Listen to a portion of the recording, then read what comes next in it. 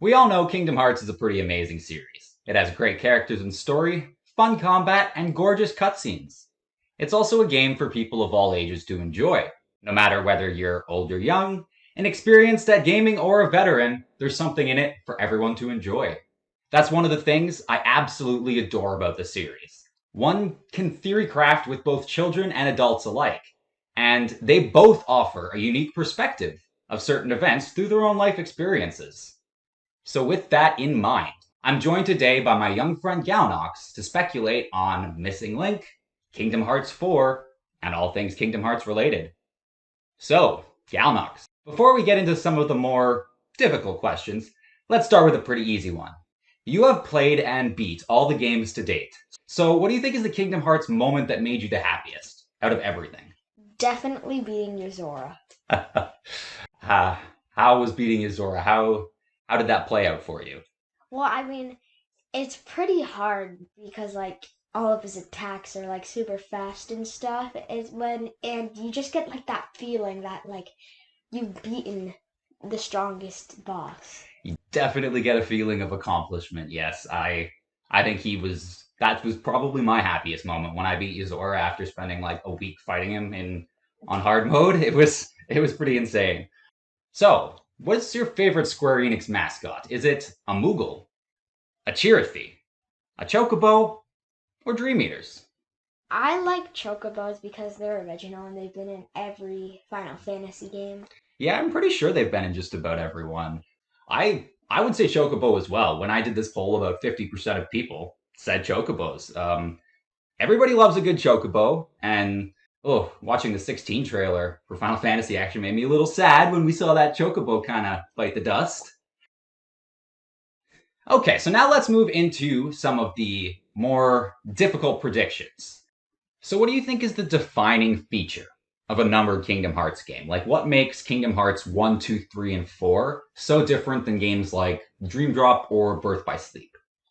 I think playable Sora because it's like you get to play as him basically the entire time, but then in Kingdom Hearts Chain of Memories, instead you play as Sora, but then you also play as Riku after, and then in Kingdom Hearts 1, 2, and 3, you just play as Sora straight. Yeah. Other than that little Roxas prologue, but you're totally right. I think playable Sora is the defining feature of a numbered Kingdom Hearts title, and the director Tetsuya Nomura also mentioned that he can't really see the numbered series continuing without Sora as the protagonist. So it even seems that he kind of agrees, and I mean, he would know. And 47% when I did the poll seemed to agree that it was playable Sora, but we did get quite a few other answers, like the type of combat style, which is fair because the combat style is pretty similar throughout 1, 2, and 3, and in games like Birth by Sleep and Dream Drop, a lot of the times it's completely different with like the command melding or the Dream Eaters. Yeah. um, so, how many Kingdom Hearts projects do you think are currently being made or being developed right now? Honestly, I think two because there could be Kingdom Hearts 4, which we know of that's in Yeah, development, and maybe the TV show. I'm not entirely sure, but maybe there's just one guy just secretly working on it or something. yeah. There's got to be a team secretly working on it somewhere. It's we've heard a little bit of it like a year and a half ago. We heard about its existence, and we haven't heard anything since. Yeah. I think two is a good answer. About 50% of people said they think two projects, and actually, I think you summed it up pretty good. The Kingdom Hearts 4 and the TV show are definitely in development, but now because of the TV show and Missing Link, I think it could be three. Maybe 4 if you add in Baron Rex. But even then, it's fine. Oh, that would be something nice. That I hope someone is secretly working on as well, because we need a Verum Rex title. We need to play as Yozora, have Magia and Aegis as his companions. Yeah. Oh, that'd be great. So, speaking of Quadratum, do you think, this is a big one, do you think Xehanort will return and appear in Quadratum in Kingdom Hearts 4? Definitely. I think he Definitely. would appear as not his form in Kingdom Hearts 3 where he's all old and stuff and powerful. But I think he's gonna appear just not as like how he was in Kingdom Hearts 3. Oh, so like when he was playing the chess game, like as young Xehanort, essentially. Either Yeah. like he young or just like kid, teenager. Yeah, if we see him in Kingdom Hearts 4, I don't think it'll be old man Xehanort. That wouldn't really fit, and he kind of went off with Ericus in the Kingdom Hearts 3 finale. But we did see that line in Kingdom Hearts Dark Road about how Xehanort would like a 14th lifetime in order to explore the new world, which honestly made me super excited. And I mean, he was young Xehanort at the time, and we kind of know that based on his conversation with the Master of Masters, he checked out all the worlds and stuff like that, and it seems like he knows a lot about Quadratum based on Melody of Memories. So Xehanort definitely went there at some point. Maybe he left behind a copy of himself, a digital aspect, because you know how like digital and recoded and stuff is so big, and even digital creations can have hearts. Or maybe another body swap. But either way, I think we'll see a friendly version of a Xehanort. That would be nice instead of having to fight him all the time. Yeah, because the Dark Seeker saga is over, so if we do see Xehanort again, he's not going to be a big bet. All right, so I got two more specific Kingdom Hearts 4 questions. One of them, do you think Sora will return to his own reality by the end of Kingdom Hearts 4? Yes, I think he'll either make it home or be like stuck in between trying to make it home or something like that. Okay, so you kind of think he'll escape from Quadratum, but you think he'll be like in between. Yeah, so he's not going to be at his own reality, but he's not going to be in Quadratum. He's going to either be in the middle or like just out of reach. Actually, that's a pretty good theory. I put yes or no as the answers, but maybe I should have put something else in the poll, like a kind of in between answer, because yeah, I can see that happening. I don't think Sora will actually return to his own reality by the end of KH4. But as you say, he could easily get out of Quadratum and land in some sort of different world, because in the Kingdom Hearts 4 trailer, I believe it was Strelitzia who was saying something like, even if you manage to escape this world, you won't necessarily go back to the one in which you came from. Oh, yeah. I remember that now. So, yeah, I think that's a very good prediction, actually. And kind of going off of that, do you think Sora, Donald, and Goofy will be reunited by the end of Kingdom Hearts 4 or no? No, I don't think yet, because we only saw Donald and Goofy stuck in like this black giant area, and we don't know where they are. All we saw was them getting scared. Yeah, a lot of people think that they could possibly be looking for Hades in the underworld, maybe for info on bringing Sora, but we're not really sure. Maybe. I mean, they wouldn't have their powers in the underworld because in Kingdom Hearts 2, Sora kind of lost his powers when he was in the underworld, so that could be why they're scared of Hades. Just a thought. I don't think Sora and Donald and Goofy will be reunited unless Donald and Goofy go to Sora. So in other words, I don't think Sora is going to make it back to his own reality, but if Donald and Goofy could possibly find him and leave their reality to go to wherever Sora is, then Sora will be able to come back. well, yeah, and then that could quite possibly take another game or two, but then it would be Sora, Donald, and Goofy, maybe in a Kingdom Hearts 5 or in another title, trying to get back to their own reality, because it's kind of weird that we know we have a Kingdom Hearts 4 game, and Donald and Goofy aren't really our party members. Because like in Kingdom Hearts, they've been with us the entire time. Kingdom Hearts 1, Chain of Memories, but they were as cards. And then they were there. They're in every game, including like Union Cross and stuff. Yeah, they even showed up there. Looking for gummy parts. It's like, it's gonna be weird without them. They're like your best friends. Totally. It's gonna be so weird.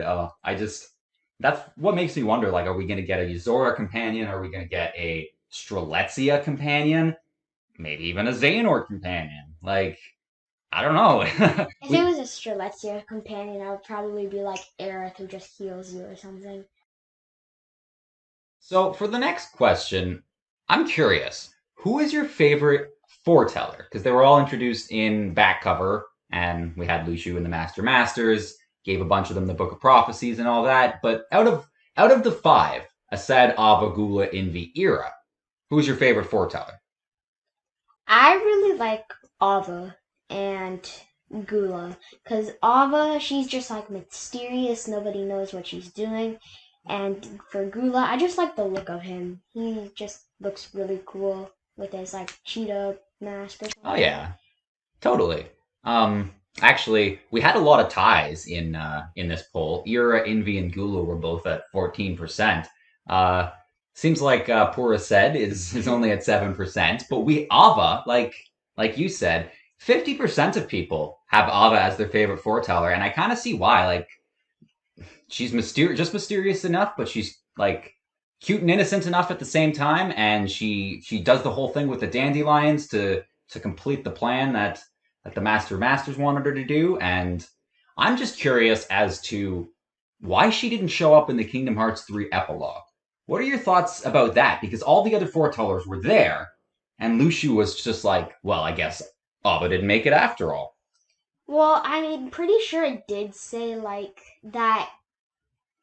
Lushu said that Ava completed her role. Yeah. So I think since she completed her role, she started doing like other things, living a normal life or something. Oh, okay. Just like kind of lived out her life, and yeah, I can see that. I'm curious if we could see her in Kingdom Hearts Missing Link. Yeah, I definitely think we might see her. Maybe if it's just like a cutscene or two, we still see her, so it's like we Yeah, know where she is. yeah. It would definitely make sense for her to be in Missing Link, especially maybe her role's not finished. Like at this point, I mean, Luciu said she completed her role, so by the time of Kingdom Hearts 3, it's finished. But maybe she still has something to do after the Dandelions in Missing Link. Especially since it looks like whenever we got that new Missing Link picture, there were a few characters on the stairs. One of them looked like it could be Brain with the hat. One of it looked like it could be Lushu with the black coat. The other one, I'm not entirely positive, but it could be Master Ava. And I think she may play a larger role in Missing Link than what a lot of people do. Yeah, now that you say it, I definitely think that. And kind of going off that, um, at least going off that in terms of one of my theories, you, since Kingdom Hearts 1, have been very adamant that Kairi's grandma is a super important character. And to be honest, at first, I kind of dismissed it. But after everything Union Cross related that happened, and going back to watch those cutscenes kind of just opened my mind. And I'm just like, Galnox, you're completely right, because Kairi's grandma knows about the whole thing with light being reborn in the hearts of children and the world's being destroyed. She knows all of that, which is like very specific knowledge. And she says that in Kingdom Hearts 1. She says it in Kingdom Hearts Birth by Sleep as well, when she's walking away with Kairi, and Kairi is like, Grandma, tell me the story again. I just think it's too much knowledge for a random grandmother to have. So going off of that, who do you think is Kairi's grandmother? At first, I was adamant it was Vor because Vor was alongside Ericus and Xehanort for a lot of Union Cross and Dark Road. Yeah. But now Master Ava is like the main person who should be Kylie's grandma because we saw Vor die in Union Cross or Dark Road. Yeah. I was a pretty big proponent of Vor being Kairi's grandma as well. I was very surprised when she kind of bit the dust. Um, however, I think that Master Ava at this point stands a very good chance of being Kairi's grandmother, because how else would Kairi's grandma know all this stuff? And 49% of people of the Kingdom Hearts community seems to agree with that. There was someone else, like as an option, and a lot of people chose that as well. There was about 34%. So they think it may not. Some think it may not be Master Ava, but it may be someone else. I'm just curious as if anybody has any theories on who they think Kyrie's grandma could be. Just put it in the comment section, because It can't be Vor anymore. It can't be Erd. It doesn't look like it's Skuld because it appears Skuld is Subject X and Skuld has black hair and the time frame kind of wouldn't fit. So, yeah, just who is Kairi's grandma? It's so mysterious. Very. Well, I think that's a good point to end it at because we'll try to keep this under 20 minutes. But overall, I really want to know everyone else's thoughts on what we discussed and everything Kingdom Hearts 4 and Missing Link related. So just leave a comment down below, and if you feel up to it today, maybe even hit like or subscribe. I was joined today by my good friend Galnox. Thank you for having me. No problem. It was a pleasure. And I hope everyone has themselves a great day. May your heart be your guiding key. And happy gaming.